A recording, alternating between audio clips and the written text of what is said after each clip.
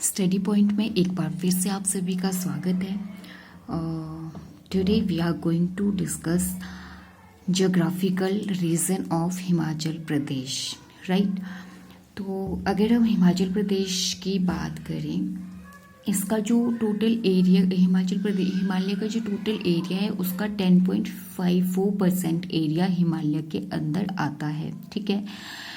कितना परसेंट आता है हिमाचल प्रदेश का एरिया हिमालय के अंदर? 10.54%, राइट। नेक्स्ट अगर हम बात करें समुद्र तल से इसकी जो ऊंचाई है 350 to 7000 मीटर। देखिए मैं आपको बता दूं कि ये वाला टॉपिक काफ़ी इम्पोर्टेंट है, काफ़ी सारे एग्जाम में यहाँ से क्वेश्चंस बनते हैं, तो प्लीज़ इसको ज़रा ध्यान से देखिएगा, राइट। तो चलिए सबसे पहले हम बात करते हैं हिमाचल प्रदेश से पहले हम लोग बात करते हैं हिमालय की, कि हिमालय जो है इसकी फॉर्मेशन कैसी हुई है, ये कहाँ से कहाँ तक फैला हुआ है, इसके बारे में हम एक ब्रीफ सा इंट्रोडक्शन लेते हैं, राइट। और जो हिमाचल प्रदेश है ये नॉर्थ वेस्ट हिमालय के अंडर आता है, राइट। अगर हम बात करें इसकी तो ये कश्मीर घाटी से लेकर बर्मा तक फैला हुआ है Himalaya. It also known as folded mountain. इसे क्या कहा जाता है? Folded mountain. कश्मीर से लेकर बर्मा तक ये फैला हुआ है हिमालय, और इसका अनदर नेम जो है वो है फोल्डेड माउंटेन लाइक दिस। ये जो है हमारा ये है इस तरह की जो शेप है, ये हमारा फोल्डेड माउंटेन्स इस तरीके से होते हैं बहुत सारे, ठीक है। और इसकी अगर हम बात करें हिमालय की जो लेंथ है वो है 2500 किलोमीटर, इम्पोर्टेंट है। और इसकी विड्थ की बात करें तो 250 to 300 किलोमीटर के आसपास है। और एक इम्पॉर्टेंट नोट है, भारत की सबसे प्राचीन पर्वत श्रृंखला अरावली है। जो अरावली है ये गुजरात में है।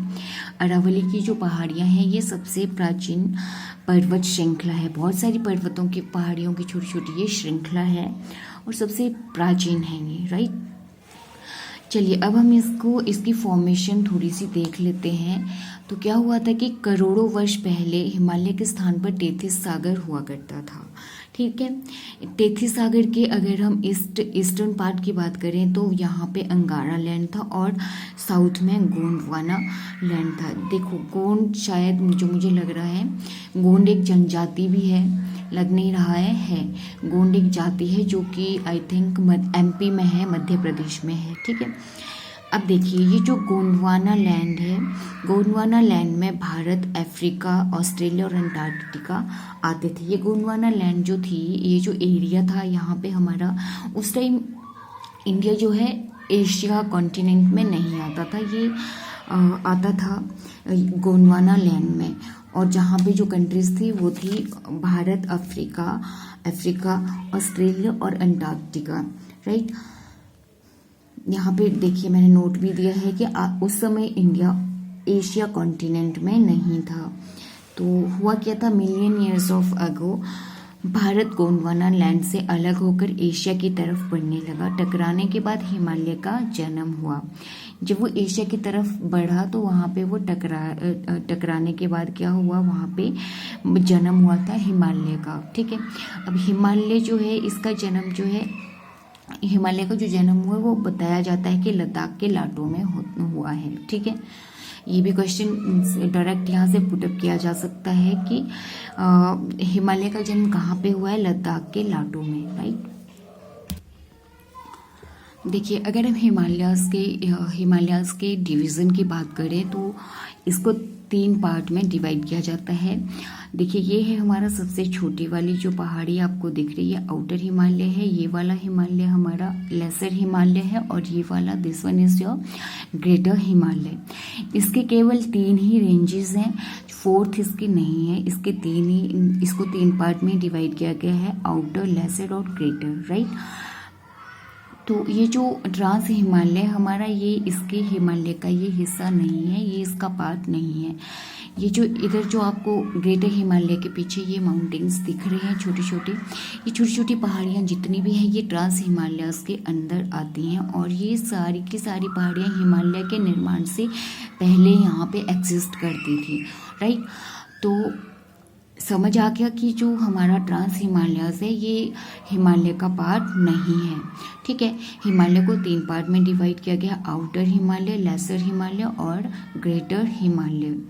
राइट, सबसे पहले जो हमारा ट्रांस हिमालयाज था, ऑलरेडी मैंने डिस्कस कर लिया कि ये पहले से यहाँ पे थे ये माउंटेन्स। इनके बाद सबसे पहले फॉर्मेशन हुई ग्रेटर हिमालयाज की।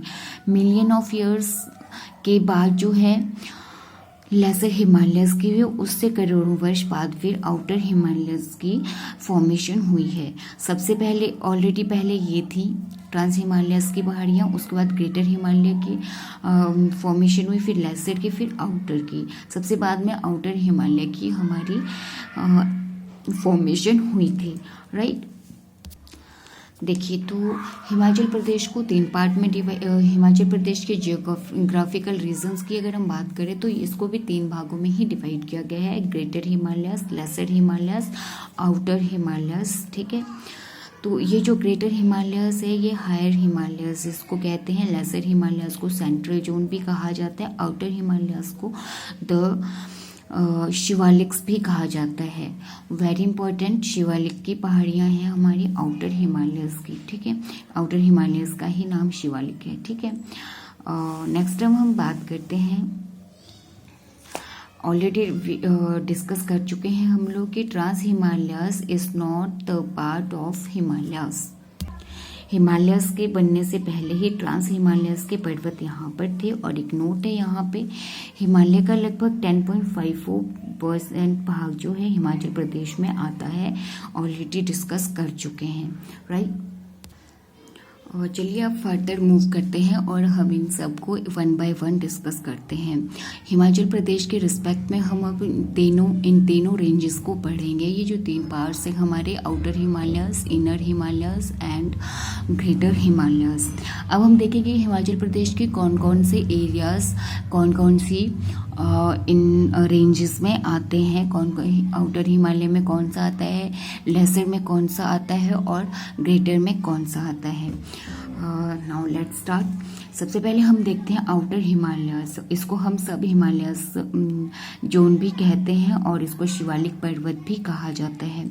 शिवालिक का जो शाब्दिक अर्थ है वो होता है शिव की जटाएं। बहुत बार ये यहाँ से क्वेश्चन पुट किया जा चुका है पेपर में, एग्जाम में। इसको हम लोग जो है शिवालिक पर्वत जो है इसको हम मानक या मैनाक पर्वत भी इसी को कहा जाता है। इम्पोर्टेंट है, शिवालिक को और किस किस नाम से जाना जाता है, मानक या मैनाक पर्वत के नाम से। और इसकी अगर हम हाइट की बात करें आउटर हिमालयस की 750 से लेके 1500 मीटर तक। 750 कई बुक्स में दिया गया है, कई बुक्स में 350 भी ये रखा गया है।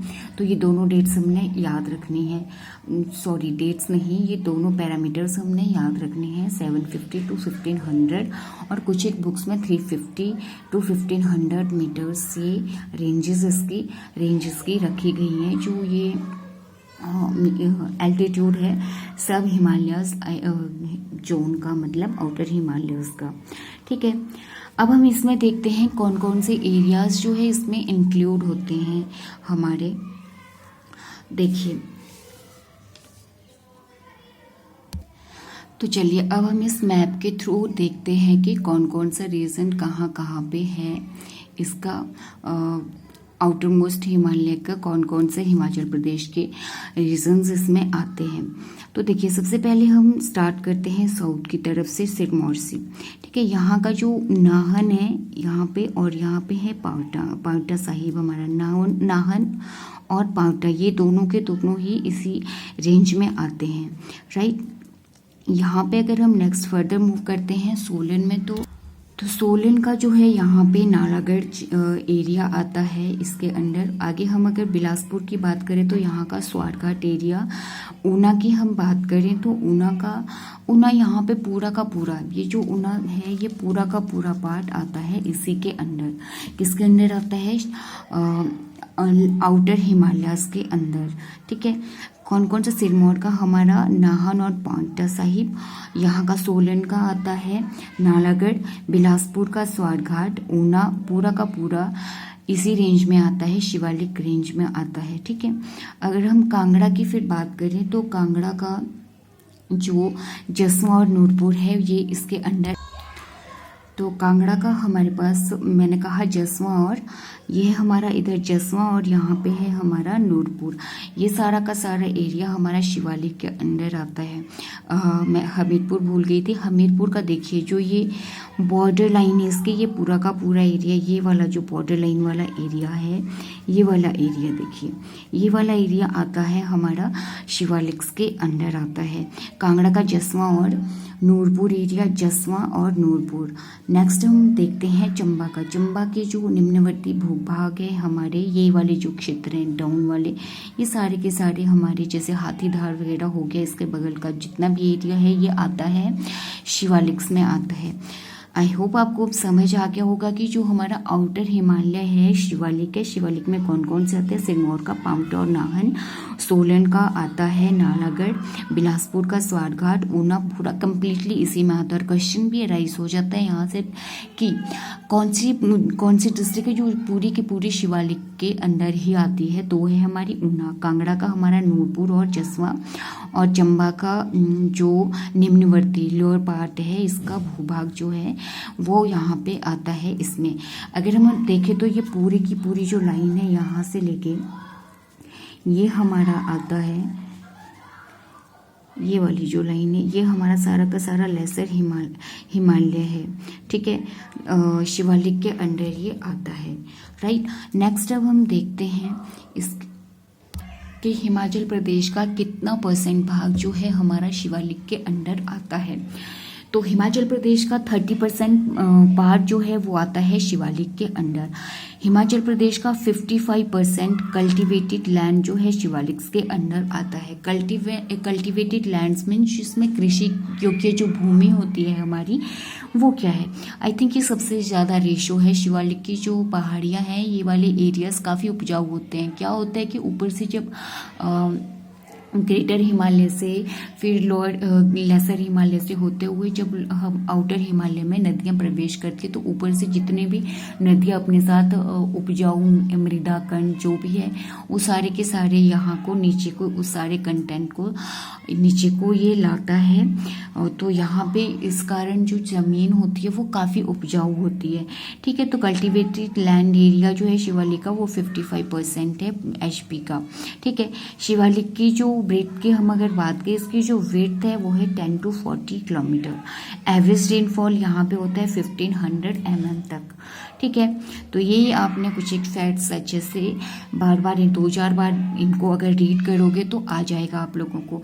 इसी तरह से मैं अगर मैप की बात करूं, अगर आप 3 से 4 बार अगर बार बार इसको आप रिवाइज करोगे, जैसे सिरमौर, शिमला, सोलन, बिलासपुर, मंडी, कुल्लू, किन्नौर, लाहौल स्पीति, चंबा, कांगड़ा, ऊना, हमीरपुर, मंडी, इस तरीके से अगर आप बार बार इनको 2-4 बार 4-6 बार इसको बार बार रीड करोगे, ध्यान से इसको देखोगे और आप ये रेंजेस जब देखना स्टार्ट करोगे तो आपको पता लग जाएगा ये वाला पार्ट है सिरमौर का, सोलन का ये वाला पार्ट, बिलासपुर का ये वाला पार्ट। तो आपको ऑटोमेटिकली दिमाग में चीज़ें बिल्कुल अच्छे एक पैटर्न से सेट हो जाएंगी, राइट।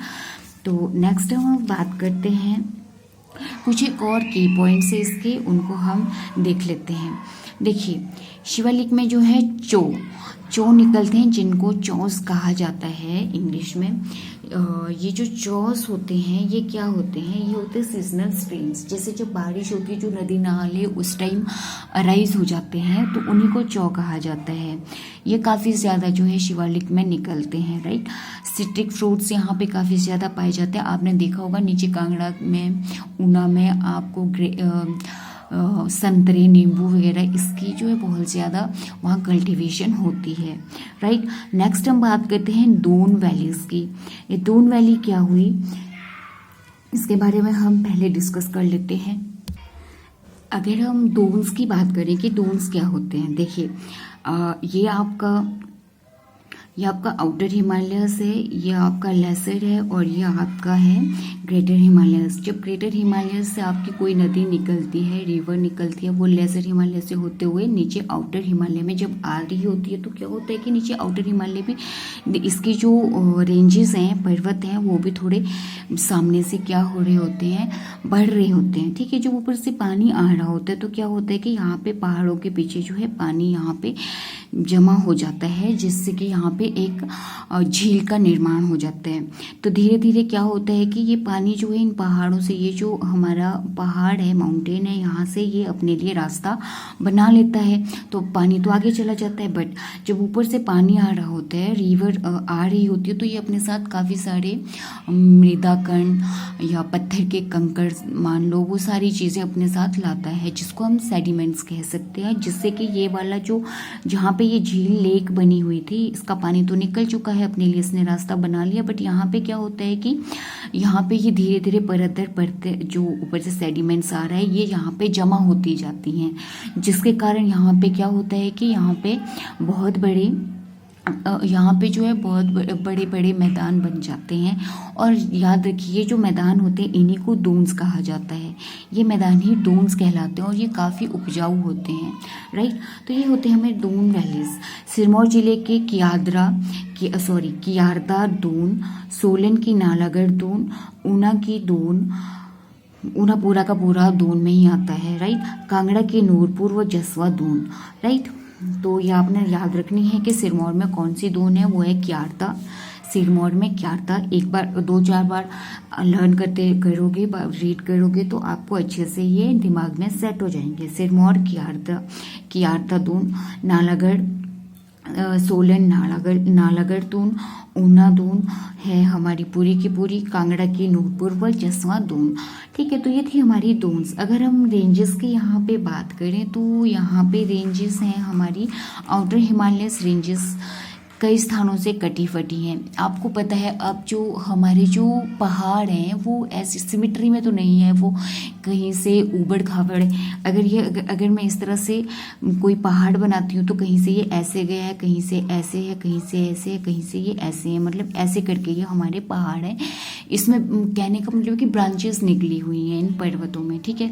बिल्कुल सिमिट्री में ये नहीं है, इनमें ब्रांचेस निकली हुई है। कहने का मतलब कटे फटे इनके हमारी हिमालय की जो है रेंजेस हैं। तो देखिए, सिरमौर में जो रेंजेस हैं हमारी पर्वत हैं वो है सेंधार और धाटीधार। सिरमौर, सेंधार, धाटीधार। सिरमौर में सेंधार, धाटीधार, सेंधार, धाटीधार। सोलन में है नालागढ़ व कसौलीधार, नालागढ़, कसौलीधार, नालागढ़, कसौलीधार।